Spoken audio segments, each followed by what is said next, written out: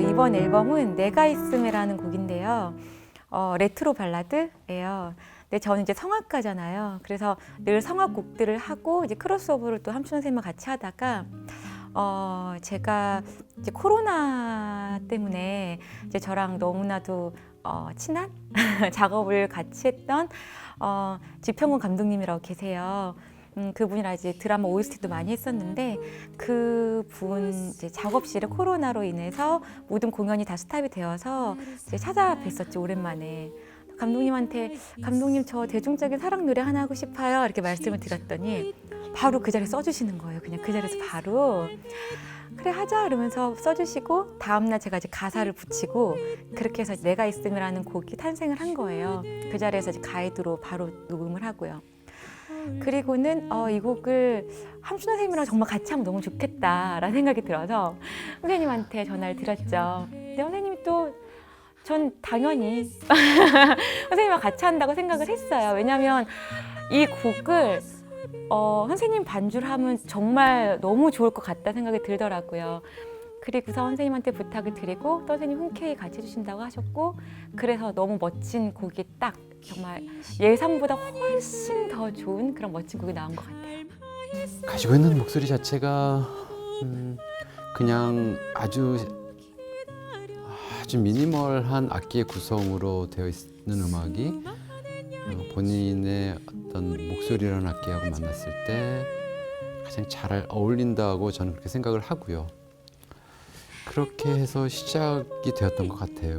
그 요청을 해왔을 때도 그래서 아마 호기심 반, 기대 반 그런 마음으로 시작을 했었고 델라 씨가 가지고 있는 음악적인 색깔이 보통 일반적인 클래식 연주자하고는 좀 다른 색깔을 가지고 있다고 저는 개인적으로 생각을 해요.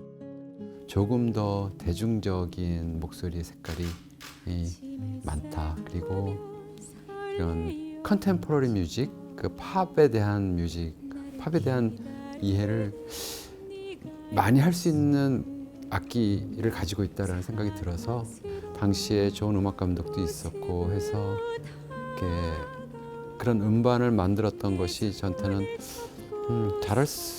잘 어울리겠다, 한번 해봐도 좋겠다라는 기대가 있어서 시작을 했는데 목소리라는 악기를 가지고 있는 사람들하고 호흡을 느끼는 것에 대한 교감을 제가 많이 가지고 있더라고요. 그래서 서로 간에 그냥 악기와 목소리가 만나는 것이 아니고 어쨌든 우리는 음악이라는 것을 할 때는 각자가 제일 잘할 수 있는, 만약에 그것이 뭐 다양한 악기라면은 뭐 보컬을 하는 사람이라면은 목소리로 이런 것들로 서로 간에 이야기를 한다고 생각을 하거든요. 우리 음을 실어서 거기에 가사를 전달해서 어떤 삶의 이야기라든지 메시지를 담아서 이야기를 하는데 그런 것들을 결국은 얼마만큼 이야기를 잘 하느냐가 저는 중요하다고 생각을 하고요.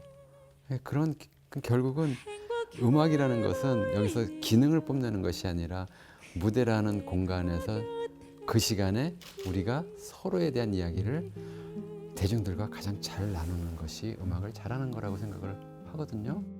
선생님하고 처음 이제 단독 콘서트 했을 때 그때 저희가 이제 부산 공연이었거든요. 네, 기억나시죠, 선생님? 근데 그게 이제 2시였나 3시였나 낮 공연이었어요. 맞아요.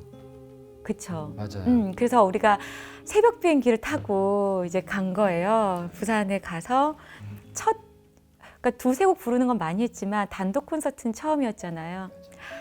관객들이 좋아할까부터 시작해서 우리가 이제 토크를 막 하거든요. 둘이 주고받으면서 얘기하고 또 정말 그냥 기타 하나에 보컬 하나잖아요. 그 둘의 합이 어떻게 전달이 될까 너무 조마조마하면서 했었는데 그 한 곡 끝날 때마다 그 관객들의 엄청난 환호와 박수, 그리고 끝난다 우리 정말 잘했다 막 이러면서 좋아했던 그걸 아직도 잊을 수가 없어요. 하나님을 만난 거는 초등학교 때 크리스마스 날 사탕 주고 떡 준다 그래서 이제 가기 시작했고 초등학교 1학년 때, 2학년 때. 근데 하나님을 만났다기보다는 교회가 너무 좋았던 것은 중학교 1학년 때 크리스마스 시즌 즈음에 그 교회에 나가서 또래하고 어울려서 뭔가를 만드는 게 저한테 충격이었고 너무 좋더라고요. 그리고 차에서 내려서 우리 집까지 가는 그 중간에 그 예배당이 딱 있는데 너무 예쁜 거죠. 그래서 거기를 관심 있게 보다가 자연스럽게 그 교회를 다니게 되면서 거기서 다양한 많은 활동을 하게 됐어요. 기타를 막 시작할 때니까 교회에서 복음성가라는 것도 워낙 많이 불려지잖아요. 얼마나 좋은 곡이 많아요. 단순한 코드에 몇 개 안 되는 멜로디를 막 부르던 시절에 복음성가를 들으니까 이거는 음악 자체가 너무너무 신세계인 거죠. 문화적으로 저한테는 많이 제 스스로 성숙할 수 있는 기회를 제공했던 음악의 마음도 그렇고, 그렇게 되면 하다가 마냥 교회를 음악적으로 다니다가 고등학교 때 지금 제가 재직하고 있는 그 학교에 그 은사님이 당시 전도사님으로 딱 오신 거죠. 그러면서 신앙적인 깨짐도 그때 받게 됐고, 기도도 많이 하게 되고, 그리고 하나님을 만나게 되고. 어렸을 때 모태신앙이었고요. 그리고 친가가 3대째, 그리고 외가가 4대째예요. 그러다 보니까 너무 자연스럽게 그냥 신앙을 받아들였어요. 어렸을 때부터. 그냥 엄마 뱃속에서부터.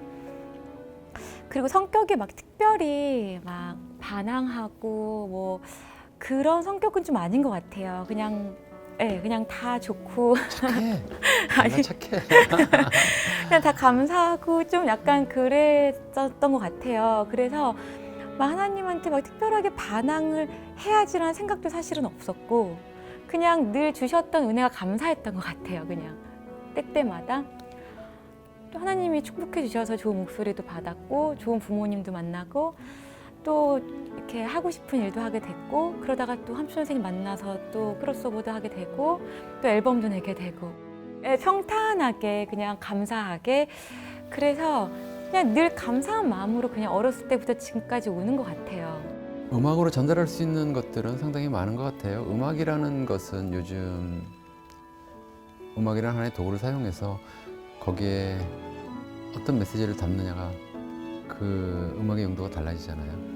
그릇에 무엇을 담느냐에 따라 달라지듯이 결국 나한테 좋은 재능을 주셨으니 내가 이걸 가지고 할 수 있는 일은 하나님을 모르는 나라에 가서 하나님의 계심을 알리고, 그런 것들이 나에게 주어진 소명이라면 충분히 해내겠다 하는 그런 마음이 있습니다. 그래서 제게 주어진 하나의 달란트라고 생각을 하고 그런 일들을 해나가는 것이 앞으로 제가 신앙인으로서 해나가야 될 일이 아닐까, 저한테 하나의 소명이자 사명인 것 같습니다.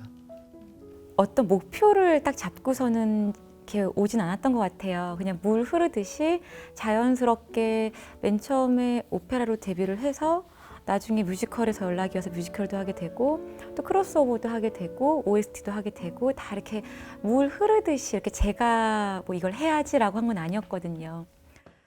그 안에는 분명 하나님의 그 뜻이 있으실 거라고 저는 생각을 해요. 그래서 늘 그냥 하나님을 중심에 두면서 정말 많은 사람들에게 하나님의 위로와 그 사랑을 전할 수 있는, 노래로 전할 수 있는 그런 소프라노가 되면 참 좋겠다 라는 생각을 늘 갖고 있거든요. CCM 음악을 사람들이 가장 쉽게 접할 수 있었던 방법이 현장에서의 만남이었거든요. 현장에서의 강사로 초청이 되었을 때 내가 왜 CCM을 할 수밖에 없었고, 이 CCM이 나에게 어떤 영향을 줬는지를 현장에서의 간증을 통해서 그렇게 만나게 되면은 그런 간증이 사람들을 감동시키면서 그런 CCM 음악을 사람들이 이게 그런 메시지를 담고 있는 음악이구나라고 해서 또 그 음반을 구매해서 같이 하게 됐는데, CCM을 하나의 음악 산업의 구조로 바라본다면은 그것은 분명히 어려움이 있을 거라고 봅니다. CCM은 분명히 메시지의 전달이라고 보거든요. 근데 그것을 하나의 음악으로 아름답게 포장을 하고 현혹될 수 있는 걸로 만든다면은 그것은 좀 어려움이 있을 거라고 보고요. 그리고 본질적으로 어떻게 우리가 메시지에 대한 전달을 할 것인지를 고민해 보는 것이 지금의 어려움을 그리고 지금 침체되어 있는 그 크리스찬 컨템포러리 뮤직의 시장이라고 말하기는 좀 싫습니다만 어쨌든 그 상황을 좀 타개할 수 있고 좀 더 이 CCM이 활성화되고 잘 불려지게 하는 그런 기본이 되지 않을까 생각을 해요. 그런 고민은 항상 하고 있어요. 모두가 겪는 어려움이기 때문에 특별하게 뭐 음악하는 사람들에게 한정적으로 그런 어려움이 있는 것이 아니기 때문에 좀 방법은 잘 모르겠습니다만 빨리 어려운 시기가 지나가고 우리가 공연 문화도 활성화되고 그리고 공연을 많은 분들이 보러 와주시고 그렇게 문화적으로 서로가 행복한 날이 많은 움직임이 있는 날이 오기를 바라야 되겠죠. 공연이 이렇게 멈춰본 적이 없었잖아요. 그러니까 많은 사람들이 얼마나 공연이 소중한지 사실은 알고는 있었지만 아주 뼈저리게 느끼지는 못했었겠죠. 10월 말에 잠깐 이렇게 좀 낮춰진 적이 있었잖아요. 그래서 공연이 살짝 이렇게 된 적이 있었어요. 감사한 마음 그때 많았죠. 그때는 그때 정말 좋다. 네. 정말 관객분들도 너무 좋아하시고 우리 연주자도 너무 좋았고 그러면서 정말 공연이 우리 삶을 정말 윤택하게 해주고 너무 중요한 부분 차지하고 있구나 모든 사람이 느꼈었던 시간이었던 것 같아요. 그러다 다시 또 이제 또 격상되면서 조금 힘든 시기를 겪고 있는데 지금까지 잘 버텨왔으니까 조금만 더 버티면 이제 금방 좋은 소식이 들리지 않을까, 마스크 벗을 수 있는 날이 오지 않을까라고 희망을 갖고 있어요. 그날이 빨리 오길 바라고 정말 건강하게 지금은 서로 으쌰으쌰 하면서 무대가 아닌 무대 뒤에서 서로 으쌰으쌰 하면서 지내자 이렇게 얘기를 할 수밖에 없는 것 같아요. 근데 이제 사실. 코로나 시대가 만들어낸 공연의 어떤 패러다임이 조금 바뀐 것은요. 온라인 공연이 활성화됐고요. 그리고 온라인 공연의 질이 상당히 높아졌고 시스템도 완성됐고 뭐 멀지 않은 시대에 우리가 가상현실 세계로 공연을 만날 수 있고 거기에 따른 음향이라는 것도 좋아질 것이고 그렇게 되면은 이런 코로나 시대를 이겨낼 수 있는 또 하나의 공연의 형태가 만들어질 수도 있겠구나. 하여튼 어려운 만큼 또 기술도 발전하고 있다라고 느껴지고 있고 하니까 어려움 뒤에 지금보다는 조금 더 좋은 일이 생기지 않을까 싶습니다. 그럴 때면은 우리 음악하는 사람들의 설 무대도 많아지지 않을까 기대합니다.